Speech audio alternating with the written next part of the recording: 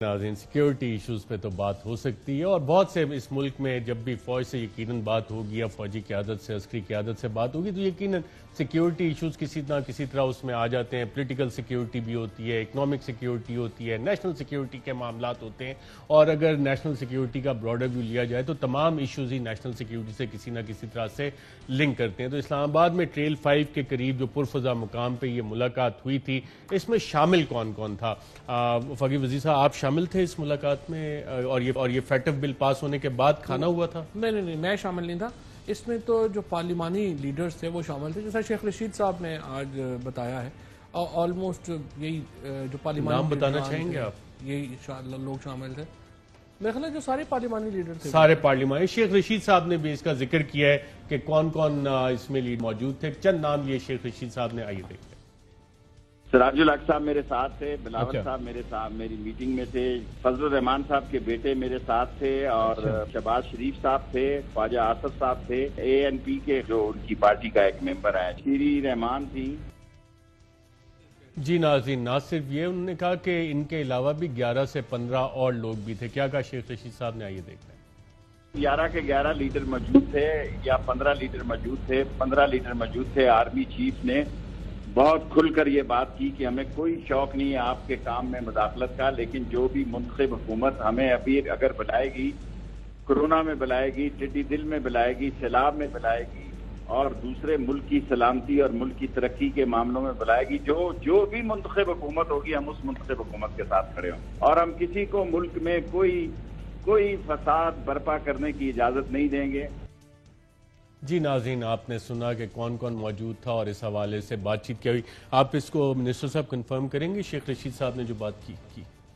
میں پارلیمنٹ میں تھا جس دن یہ جوائنٹ سیشن تھا، اس کے بعد وہاں پر یہی بات ہو رہی تھی کہ یہ تمام لوگ جو ہیں انوائٹ کیے گئے ہیں، اور ان کے اوپر جو بنیادی نقطہ تھا وہ گلگت بلتستان کے معاملات تھے. اور اس میں جو سچویشن تھی وہ جس طرح سے شیخ صاحب نے آج کہا ہے، بالکل آرمی چیف بالکل واضح تھے. انہوں نے یہ بات کی وہاں پہ کہ جی دیکھیں، اگر آپ الیکشنز کروانے کا معاملہ ہو یا یہ ٹڈی دل کا معاملہ ہو یا آپ کا کرونا کا معاملہ ہو، کوئی اور ہو، اگر حکومت اور سیاستدان ہمیں بلاتے ہیں تو ہم جاتے ہیں. اگر آپ خود کرنا چاہیں الیکشنز آپ خود کرائیں، ہمارا تو کوئی اس میں ایشو نہیں ہے. الیکٹورل ریفارمز اگر آپ لوگوں نے کرنے ہیں آپ خود کریں، آپ نے کرنے ہیں، پارلیمنٹ میں آپ بیٹھے ہوں، آپ کیوں نہیں کر رہے؟ اور جو تمام لیڈران تھے ان کو انہوں نے بالکل واضح طور کے اوپر بات کی ہے. اور وہ یہی بات جو پہلے بھی فوج کا ہمیشہ نقطہ نظر جو ہے وہ یہی رہا ہے کہ دیکھیں، آپ جو معاملات ہیں، جو سول گورنمنٹ کے معاملات ہیں یا پولیٹیشنز کے معاملات ہیں، وہ آپ خود حل کریں. مثال کے طور کے اوپر فیٹف کا لا ہو یا کراچی کا مسئلہ ہو، آپ فوج کو بلاتے ہیں. اگر آپ خود حل کر لیں تو فوج نہیں آئے گی. بالکل. آپ نے الیکٹورل ریفارمز کی بات کی، اور ناظرین میں آپ کو کچھ خبر دے دوں، کیونکہ اکثر ٹریل 5 پہ جو لوگ سیر کرنے جاتے ہیں وہاں پہ انہیں پتہ ہے کہ خبریں کس طرح سے آپ کو ٹریل پہ چلتے چلتے مل جاتی ہیں. تو جب یہ ملاقات ہوئی تو اس میں جیسے منسٹر صاحب نے کہا کہ الیکٹورل ریفارمز کی بھی بات تھی کہ آپ لوگ پارلیمنٹ میں بیٹھے الیکٹورل ریفارمز پہ. تو نون لیگ کے ایک رہنما جو کہ ایک اسٹیڈیم بنانے کے حوالے سے بھی مشہور ہے، اور نیب نے ان سے سوال جواب بھی کیا تھا. انہوں نے کہا جی گلگت بلتستان میں فری اور فیئر الیکشنز ہونے چاہیے اور فوج کا اس میں کردار نہیں ہونا چاہیے. تو ہمارے ذرائع کے مطابق انہیں جواب دیا گیا کہ جناب ہمیں کوئی شوق نہیں ہے کہ الیکشنز میں آ کے کوئی الیکشنز ڈیوٹی کریں. خدا را آپ لوگ خود ایسا سسٹم بنائیں، کوئی ایسی ریفارمز کریں کہ فوج کو وہاں پہ آنے کی ضرورت نہ پڑے. پھر ایک اور نون لیگ کے سینئر رہنما تھے، انہوں نے کہا جی دیکھیں دھاندلی ہوتی ہے الیکشن میں، اور 2018 میں بھی دھاندلی ہوئی. تو اس پہ انہیں جواب دیا گیا کہ آپ کو یاد ہے نا کہ الیکشن کی رات آپ نے فون کیا تھا، اور جب آپ نے فون کیا تھا آپ جیت گئے، تو کیا آپ کے ساتھ دھاندلی ہوئی؟ آپ کے نالج میں بھی یہ کون ہے وہ سیاستدان؟ کچھ نام لینا چاہیں گے اگر آپ نے آئیڈینٹیفائی کیے تو؟ نہیں، اب میرے لیے مناسب نہیں ہے، لیکن آپ کافی قریب ہیں اور آپ کو پتہ ہی ہے. سیالکوٹ سے تو تعلق نہیں ہے ان سیاستدان کا جنہیں الیکشن رات فون کر کے کہا کہ جی یہ ہو رہا ہے، اور ان کو کہا گیا آپ جیت گئے، تو کیا دھاندلی سے جیتے؟ بس I will actually hold my comment, کیونکہ پرائیویٹ کنورسیشن ہے. پھر مجھے تو چونکہ ادھر ادھر سے پتہ چلی ہے زیادہ باتیں، تو پھر اس لیے میرا مناسب نہیں بات. چلے پھر آگے اور کچھ شیخ صاحب نے جو بات کر دی ہے کافی. کس نے؟ شیخ رشید صاحب نے جو کافی وہ باتیں بھی بتاتے ہیں، اس پہ بھی بات کرتے ہیں. پھر سندھ کے ناظرین ایک بڑے سیاستدان، انہوں نے کہا کہ دیکھیں جی بہت دھاندلی ہوئی ہے، اور 2018 میں ایسے ہوا ویسے ہوا، تو انہیں شاید بتایا گیا کہ جناب اگر سندھ میں جس طرح سے دھاندلی کی گئی، جس طرح سے ایڈمنسٹریشن استعمال ہوئی، جس طرح سے پولیس کا استعمال کیا گیا، اگر وہ ویڈیوز کہیں سامنے آ گئیں تو پھر آپ کی کلئی کافی زیادہ کھل سکتی ہے، جس پہ کہ وہ صاحب بھی خاموش ہو گئے۔ پھر ایک اور صاحب تھے، انہوں نے ایک دو سوال کیے تو اس پہ جواب دیا گیا کہ یہ بتائیں کہ آپ کو آرمی چیف سے ملنے کی ضرورت کیا ہوتی ہے، یہ ریکویسٹیں کون بھیجتا ہے کہ جی آرمی چیف سے ملنا ہے، کیوں آرمی چیف کے رشتہ داروں کو، آرمی چیف کے جو دوست ہیں ان کو اپروچ کیا جاتا ہے، جو سینئر فوجی افسران ہیں انہیں اپروچ کیا جاتا ہے اور کہا جاتا ہے کہ جی پلیز آرمی چیف سے کہیں فلاں سیاستدان سے مل لے، اس سیاستدان سے مل لے، کیوں آپ کو یہ ملاقاتوں کی ضرورت پیش آتی ہے؟ تو 2006 میں جو چارٹر آف ڈیموکریسی کے وقت فواد چودھری صاحب فیصلہ ہوا تھا اور اسی طرح کا ہوا تھا جیسے کل بلاول صاحب نے کہا کہ جی ملٹری سے ملنا نہیں چاہیے، لیکن شہباز شریف صاحب فوراً جمپ ان کیے کہ نہیں سیکیورٹی معاملات پہ، تو نیشنل سیکیورٹی کے تو یہ معاملات ہیں اور یہ ساری چیزیں ہوئیں کہ جی میٹنگ کی ریکویسٹ بھی یہ لوگ خود کرتے ہیں، خفیہ ملاقاتیں بھی کرتے ہیں، تو ڈیل لینے کی کوشش کر رہے ہوتے ہیں۔ لیکن پہلی بات تو یہ ہے کہ جو کل جس طرح سے نواز شریف صاحب نے آپ نے جو ان کی تقریر سنی یا جو باتیں کی، آپ جو پاکستان کی ایک بیک گراؤنڈ ہے پاکستان کی پالیٹکس کا اور اس میں فوج کا ایک کردار رہا ہے، پولیٹیکل رول رہا ہے، لیکن جب نواز شریف صاحب جو ہیں جب باتیں کرتے ہیں تو مسئلہ جب آتا ہے نا جو ہمارا آئیڈیولوجیکل پرابلم ہے، آپ پولیٹیکل پارٹی تو دیسی چاہتے ہیں، آپ سسٹم ولیتی چاہتے ہیں۔ اب مثلا آپ بتائیں نا مجھے کہ اگر مسلم لیگ نون اتنی جمہوری ٹائپ پارٹی ہے اور جس پر نواز شریف انقلابی باتیں کرتے ہیں، مریم نواز شریف کس حیثیت میں لیڈ کر رہی تھی یہاں پہ وفد، سوائے اس کے کہ وہ نواز شریف کی بیٹی ہیں، اور ان کا کیا رول ہے؟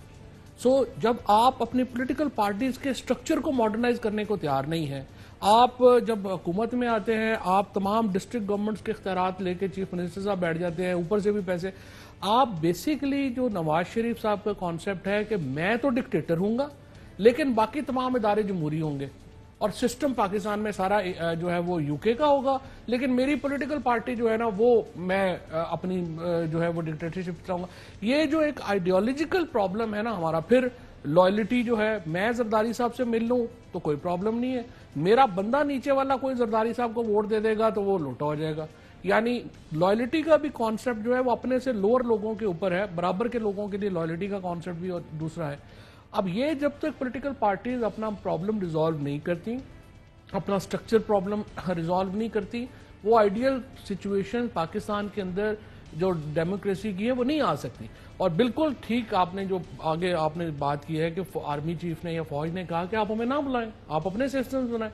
مجھے اب بتائیں کہ جب یہ ہوتا ہے، جب دھرنا آتا ہے، ہمیں صرف اسی وقت یاد آتا ہے کہ ہم نے اپنی سیکیورٹی جو ہے وہ ٹھیک کرنی ہے، جب ختم ہو جاتا ہے۔ دھرنے کے حوالے سے بھی ایک آدھی بات ہوئی، میرا خیال کچھ اپوزیشن لیڈرز نے یہ اندیا دیا کہ جی ہم دھرنا شرنا کریں گے، اور پہلے بھی دھرنا ہوا، تو میرے ذرائع کے مطابق اب کوئی کانٹراڈکٹ اگر کرنا چاہے تو شاید آئی ایس پی آر کو ہی کانٹراڈکٹ کرنا چاہیے، کیونکہ میں اپنے انتہائی اہم ذرائع کے ذریعے بتا رہا ہوں کہ ایک سینئر عسکری لیڈر نے کہا کہ میں جب سے بریگیڈیئر ہوں تب سے میں دھرنوں کے خلاف ہوں، اور جب 2014 کا دھرنا ہوا تھا میں اس کے بھی خلاف تھا، اور یہ بات ایک سینئر عسکری قیادت کے جو وہاں پہ شخصیت موجود تھی انہوں نے کی، اور نون لیگ کو اس چیز کا پتہ ہے، اور شاید یہ ایک میجر فیکٹر تھا جب میاں نواز شریف صاحب نے چوز کیا تھا جنرل باجوہ کو، ان کے پاس کور کمانڈر کانفرنس کے اندر کی جو انٹرنل ڈسکشن تھی شاید وہ اطلاعات پہنچی تھی، اور اس میں جنرل باجوہ نے دھرنے کو اپوز کیا تھا، اور یہ ایک اسٹرانگ پوائنٹ تھا جس وجہ سے نواز شریف صاحب نے امنگ ادر تھنگس کہ جنرل باجوہ کو چوز بھی کیا تھا۔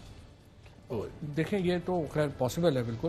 ویسے to be fair with general sahab, دیکھیں بہت سارے حوالوں سے کئی جو آرمی کے سربراہان ہیں ان سے میرا تعلق رہا ہے، واسطہ رہا ہے، ملاقات جو ہے وہ رہی ہے، تھوڑا بہت تعلق رہا ہے فوج کے میں۔ باقی جنرل باجوہ صاحب فرینکلی جتنے ڈیموکریٹ ہیں اور جتنا جمہوریت کو وہ کر سکتے ہیں، میں تو حیران ہوں کہ اگر نواز شریف صاحب کا ان سے گزارا نہیں ہو سکا جتنا ان کو کل گلے سے بھی نہیں ہوا، واحد ہے جنہوں نے سب سے زیادہ آرمی چیف اپوائنٹ کیے اور پھر سب سے زیادہ ڈسمس بھی کیے اور فارغ بھی ہوئے۔ یہ وہ جو اب دوبارہ یہ جو میں پہلے بات کر رہا تھا، اپنے لیے چاہتے ہیں کہ میں امیر المومنین ہوں گا، باقی سارے جو ہیں وہ اپنے اپنے بجائے میرے ساتھ وفاداری، یعنی جو چیف جسٹس بھی اور چیف آف آرمی سٹاف جو آپ نے بات بھی کی کہ اگر آپ کے ساتھ چل رہے ہیں تو ٹھیک ہے، اگر میرے ساتھ نہیں ہے تو خراب ہے۔ اب آپ دیکھیے عدالتوں کے اوپر کل انہوں نے تنقید کی نواز شریف صاحب نے، مجھے آپ بتائیے اس ملک میں اگر کسی پولیٹیشین کو عدالتوں سے ریلیف ملا ہے تو وہ کس کو ملا ہے؟ کیا پاکستان میں کوئی اور پولیٹیشین، یہاں تو ذوالفقار علی بھٹو جیسا آدمی جس کے قد کا اور نواز شریف صاحب کے قد کا کوئی مقابلہ ہی نہیں ہے، وہ پھانسی لگ گیا، عدالتوں نے اس کو پھانسی لگا دیا، اور وہ نواز شریف صاحب کنوکٹڈ ہیں اور وہ لندن چلے گئے ہیں۔ مطلب اتنے بڑے ریلیف پچھلی دفعہ بھی آپ، یہ کوئی پہلا ریلیف نہیں ہے جو نواز شریف صاحب کو ملا ہے، اس سے پیچھے ذرا آپ یاد کریں 7 سال کے بعد 2001-2 میں وہ گئے تھے سعودی عربیہ، 2008 میں سپریم کورٹ نے ان کی لمیٹیشن جو ہے اس کو ریلیکس کیا، ان کی اپیل سنی، ان کی ڈسکوالیفیکیشن ختم کی، ان کو الیکشن لڑنے کا جو ہے وہ سپریم کورٹ میں دیا۔ اس کے اور پیچھے چلے جائیں، آرٹیکل 58(2)B میں اگر پاکستان میں ایک حکومت بحال ہوئی عدالت سے جو 58(2)B کے تحت ڈسمس ہوا کرتی تھی اس وقت، ایک حکومت بحال ہوئی تھی اور وہ نواز شریف صاحب کی حکومت تھی۔ یعنی ایک انپریسیڈنٹڈ ریلیف جو ہے وہ نواز شریف صاحب کو اور ان کی فیملی کو ملے ہیں عدالتوں سے، انپریسیڈنٹڈ سپورٹ جو ہے وہ فوج سے ملی ہے ان کو، لیکن ان کے گلے ختم نہیں ہوتے۔ اور ایک دفعہ پھر انہوں نے ریلیف مانگنے کی کوشش کی اور نیب اور کیسز کا بھی ذکر ناظرین اس ملاقات میں، اور یہ بات بھی نون لیگ کے ایک سینئر رہنما نے اس حوالے سے کی کہ نیب کے اتنے کیسز ہمارے اوپر بنے ہوئے ہیں، تو اس پہ بڑا واضح انہیں جواب دیا گیا کہ جناب یہ نیب جانے، عدالتیں جانے، آپ کے کیسز ہیں، آپ نے یہ بھگتنے، ہمارا ان کیسز سے کوئی لینا دینا نہیں۔